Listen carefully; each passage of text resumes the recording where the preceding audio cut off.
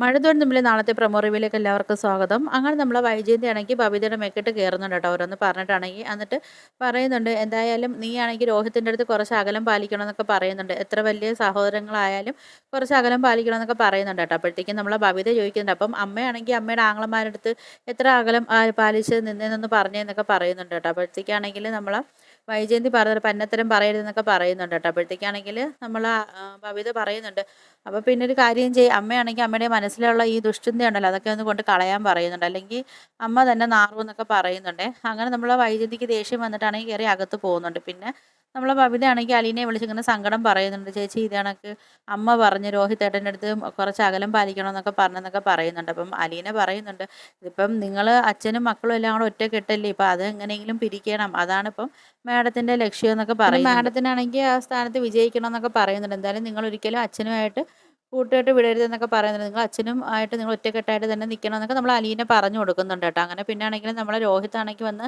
ബബിതയുടെ അടുത്ത് പറയുന്നുണ്ട്, നീ എന്തിനാ അമ്മയുടെ അടുത്ത് ഇങ്ങനെയൊക്കെ പറഞ്ഞത്, അമ്മയ്ക്കാണെങ്കിൽ ആഹാ അത് സങ്കടമായെന്നൊക്കെ പറയുന്നുണ്ട്. എന്തായാലും നമ്മൾ അമ്മയുടെ അടുത്ത് ചുമ്മാ അടിവിടാൻ പോകണ്ട, പോയി കഴിഞ്ഞാൽ നമ്മളും അമ്മയും തമ്മിൽ ഒരു വ്യത്യാസം ഇല്ലല്ലോ, എന്തായാലും അമ്മ പറയുന്നതൊക്കെ കേട്ട് നമുക്ക് നിൽക്കാമെന്നൊക്കെ ഇങ്ങനെ നമ്മളെ രോഹിത്ത് പറയുന്നുണ്ട് ബബിതയുടെ അടുത്ത്. അപ്പോൾ ബബിതയാണെങ്കിലും ഇങ്ങനെ സമ്മതിക്കുകയൊക്കെ ചെയ്യുന്നുണ്ട് കേട്ടോ. പിന്നെ കാണിക്കുന്ന പിറ്റേ ദിവസം രാവിലെ നമ്മളെ വൈജയന്തി ജോലിക്ക് പോകാൻ വേണ്ടിയൊക്കെ ഒരുങ്ങി ഇറങ്ങുന്നതൊക്കെ കാണിക്കുന്നത് കേട്ടോ. അപ്പോൾ ഇതൊക്കെയാണ് നാളത്തെ പ്രൊമോ റിവ്യൂ ആയിട്ട് കാണിച്ചിരിക്കുന്നത്. അപ്പോൾ വീഡിയോസൊക്കെ ഇഷ്ടപ്പെട്ട ഒന്ന് ലൈക്ക് ചെയ്ത് ഷെയർ ചെയ്ത് സബ്സ്ക്രൈബ് ചെയ്ത് കൊള്ള ബെല്ലൈക്കൺ എനേബിൾ ചെയ്ത് ഒന്ന് സപ്പോർട്ട് ചെയ്യണേ.